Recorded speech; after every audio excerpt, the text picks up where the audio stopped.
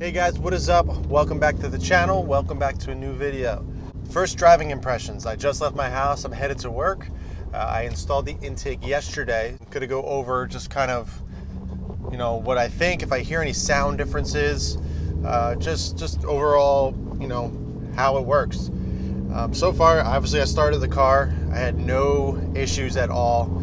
There's no weird idling issues. I'm still on my current Bren tune. Cobb claims that you don't need to get retuned or you don't need to, really adjust anything. I'm most likely still going to send some data logs over to Bren Tuning just in case.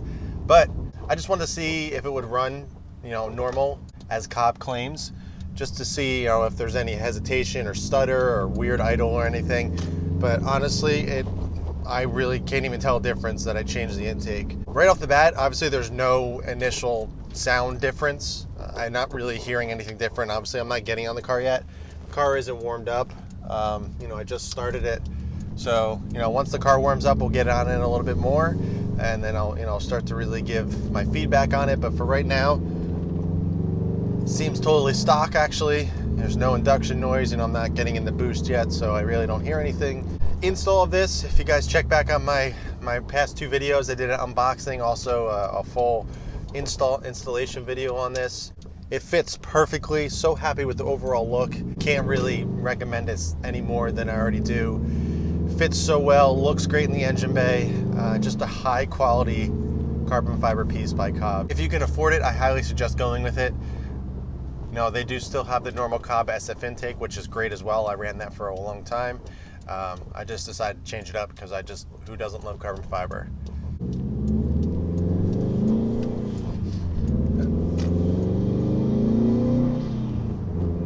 I didn't really get on it yet, but I got into boost a little bit right there. Only about 2 pounds of boost, so nothing crazy.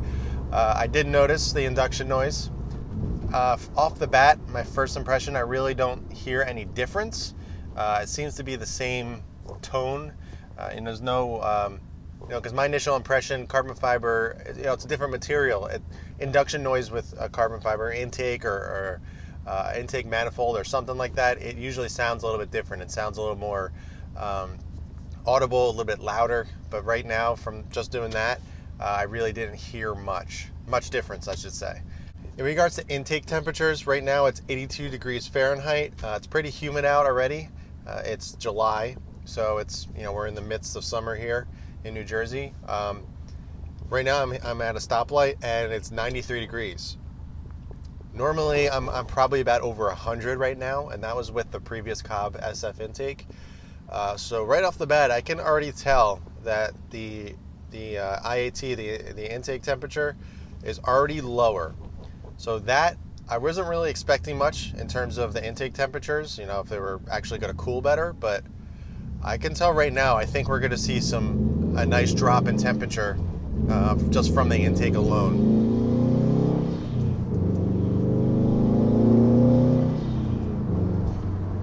All right, so I'm hearing the induction noise, definitely audible. You definitely can hear it. Something that I'm noticing right away, it doesn't seem as loud as the normal SF intake. It doesn't seem as exaggerated or as pronounced. There's for sure induction noise, but it doesn't seem like it doesn't seem like it's as drastic. It doesn't seem like it's as in your face, which can be a good or bad thing depending on what you want out of an intake. That's entirely up to you. I'm not running the block off plate on the end of the carbon at the end of the intake. I chose to leave that off because I wanted as much induction noise as possible. So I'm not sure if you put that on, if it would just completely eliminate it, which is nice to have that option if you really don't like induction noise. You just wanted, just to have the intake. But for me, I like induction noise, so I left it off. Car's warmed up, so let's get on it a little bit, see if we can hear what this thing sounds like.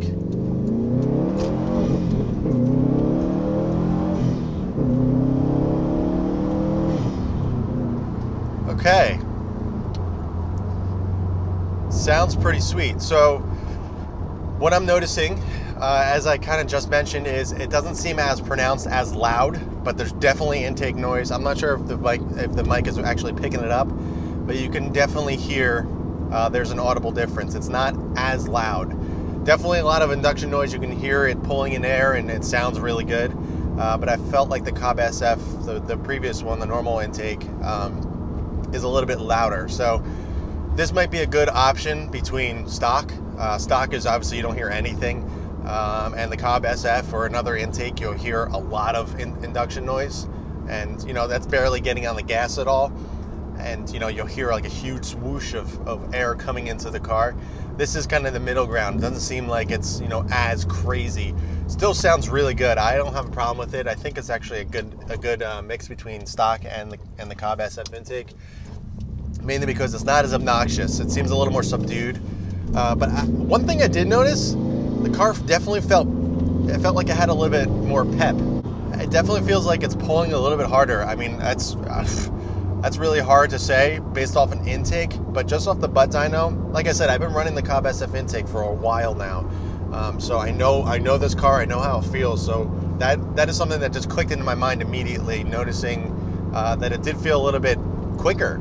I'm kind of just as shocked as you are. I'd be curious to see if anybody does any comparisons on the dyno to see if there's actually a torque increase. But just off the butt dyno, I can immediately tell that it seems to be a lot peppier, which is something I was not expecting. Definitely pretty sweet, so I'm happy about that. Now let's go back to our intake temperatures. The car is fully warmed up. Again, it's 82 degrees Fahrenheit. It's humid out. It's in the middle. It's beginning of July, summertime. Right now I'm at 91 degrees. And it hasn't peaked over 97. So I'm not seeing anything over 100 degrees yet. Normally on my drive in this temperature, I'm easily over 100. So I'm definitely seeing some great lower intake temperatures with this intake, which is awesome. And maybe that could be the reason as to why I feel it feels a little bit more, a little quicker, just because it's pulling in colder air. So that is surprising. I wasn't expecting that. I'd be curious to see, once I'm at a stoplight after the car is fully warmed up and I'm sitting in traffic, what kind of temperatures I'm seeing. Honestly, it's at 90 right now, which is awesome. Again, it's 82 degrees out. I would normally be seeing over 100 right now. So far, I'm really impressed with it. I'm seeing lower intake temperatures. I'm feeling a little bit increase in power. And again, I did not retune my car. I did not do anything yet. I literally I'm on the same exact Brent tuning that I've been running for a year now. All I did was throw in the new carbon fiber intake, and that's it. Normally putting in a different intake on this car requires all different types of tuning and different configurations, but this was literally just a drop in. Obviously you have to run a tune on it, whether it's the Cobb off the shelf map or you have your custom e-tune or dyno tune. Either way, you definitely have to have a tune on the car, but if you already have a tune, either Cobb or something, or something else, I don't really find that there's a need to retune.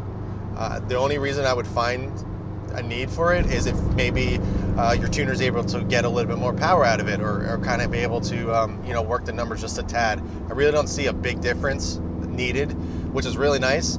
Again, I'm still going to send over some logs to Brent Tuning just to make sure, but I'm knock is at completely zero. My dam is always at 1. It never changes, so I'm not seeing any difference in there. My AFRs, I'm between 11 and 20, which is exactly where it always is. Coolant temp, obviously that doesn't really matter, but I'm at 180 right now, and my intake temp right now is at 95, so it hasn't peaked over 97. That's the highest it's been. I'm coming up to a red light now, so I'm going to be... Oh, it just turned green, so never mind about that.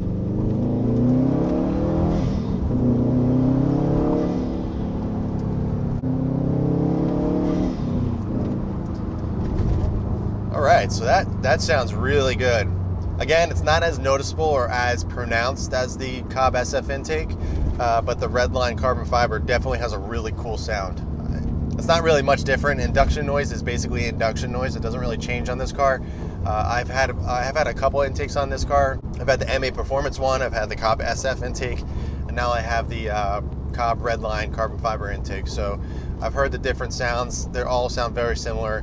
Just the carbon fiber one from Cobb, it's just not as loud, which I kind of like. It's a little bit more subdued, a little bit more, I guess, mature. The other ones that I've tried are a little bit more, I don't want to say obnoxious, but a little bit more pronounced, a little bit more in your face.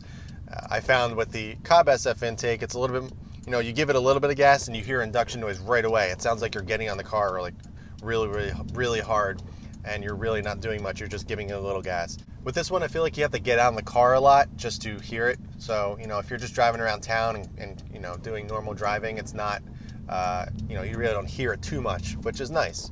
Induction noise is great. I love it, but you know, it can get annoying. I remember on my WRX, I had the Cobb SF intake, and I remember, you know, first driving around, I was like, I don't know if I can do this. This is really loud. Every single RPM, you know, every single throttle input, it was just induction noise like crazy. I'm also running the Turbo Smart compact bypass valve. It doesn't really contribute to the actual induction noise, but when you let off, it does a little bit of a flutter. So there is that too, that kind of adds to it. So if you are looking for a little bit more sound, I definitely suggest doing something like that. You can also do the Cobb bypass valve as well, which is very similar to the Turbo Smart one. You know, they actually offer very similar sounds, so it's something to look into if you want a little bit more drama in your driving and just a little bit more, you know, sound and cool noises. So now I'm sitting here. I was on the car a little bit. I'm sitting at 104 degrees, so it did peak over 100, but honestly, I would be seeing probably closer to 120 right now with the Cobb SF intake. So I'm seeing about a 10-degree difference easily with this Cobb Redline intake, which is surprising. I'm pretty sure the actual filter sits in the same general area as the Cobb SF intake, so it's right in the same spot. But since it's completely enclosed, I did have the Cobb airbox with the SF intake, so I had the full intake. But that was also made of metal, so metal retains heat a little bit more than carbon fiber, so that can also contribute to the temperatures and just you know, more power, I guess. It's not holding as much heat just sitting there. So the metal, you know, it retains heat, and then the intake would just suck in that hot air, and then, you know, result in hotter intake temperatures. With the carbon fiber, it doesn't really hold as much heat. I mean, it still does, but it doesn't get as hot. So that can definitely contribute to, you know, what I'm just talking about here. I'm just cruising right now. I'm at 99 degrees. Again, it's 82 degrees outside, and it's very humid out already. It's, you know, 8 in the morning. So definitely really surprised about the intake temperatures. I really wasn't expecting that. So that's a huge plus. So overall, I highly recommend this alone just for the intake temperatures, as well as, I guess, a little bit more power. I can't really claim that. There's no actual numbers to justify that, but just based off my butt dyno and what I'm feeling, and, you know, the intake temperatures here, that alone, those two things alone are worth it. Just the look of it alone, to me, is worth it. It is expensive. It is $650. So, you know, it really depends on what you're looking for. If you're you know, on a budget and you're looking for something just simple, you don't need the extra carbon fiber look, or, you know, carbon fiber is not your thing, I have no hesitation with going with the normal Cobb SF intake. It's still a great product. I loved mine for the year that I ran mine. I also ran the same one on my 2013 WRX, so I have some miles on that intake with both cars. Either option's really great. I can't recommend Cobb enough. They really put out some nice stuff, but this Cobb Redline carbon fiber intake is just on another level of quality, and just a really nice piece. I mentioned this in a previous video. This is kind of like the APR for Subaru. APR is like a Volkswagen, Audi kind of thing. So this Cobb intake is on par with that. It's really nice quality. It's really nicely built. The fitment is absolutely perfect. Intake temperatures are great. Everything is awesome. So I cannot recommend this intake enough. So if you're on the fence, I definitely would say go out and get it, or save up, or do whatever you need to do to get it. It's awesome. Really happy with this. If you guys have any questions at all, do not hesitate to ask below. I'll be more than happy to answer. I'm sure a lot of people have questions on this just because, you know, it's a brand new product and there's not a lot of info out there. So I'm hoping this kind of clarified just my initial review of what I think of this intake and what I'm feeling as I'm driving for the first time. So don't be afraid to comment below. I'll answer. I stay on top of all the questions, all the intelligent questions, I should say. So if you're wondering about anything, just let me know and I'll help you out. So that's it for this one, guys. Thanks for tuning in for this Cobb intake series. It was a lot of fun. I really enjoyed it. If you go back and check, you can see the whole progress of me actually buying it, unboxing it, installing it, and now the review. I know this was split up in a lot of parts, but I really wanted to get my opinion and voice out there on this thing because this is awesome, and this is something I've wanted for this car for a long time. And finally, a company did it. Cobb, which is one of my favorite Subaru companies. They finally did it, and they certainly delivered. Thanks for watching, guys. Thanks for tuning in. Be sure to check out some old videos. I have a video on every single mod on this car, so if you're curious about anything, be sure to check back on my old videos. I've done a video on it. Be sure to stay tuned for more. I have plenty coming. I actually have another giveaway coming, which I think you guys are going to be really excited about. So stay tuned for that. In the meantime, keep it clean, keep it simple, and I'll catch you guys in the next one.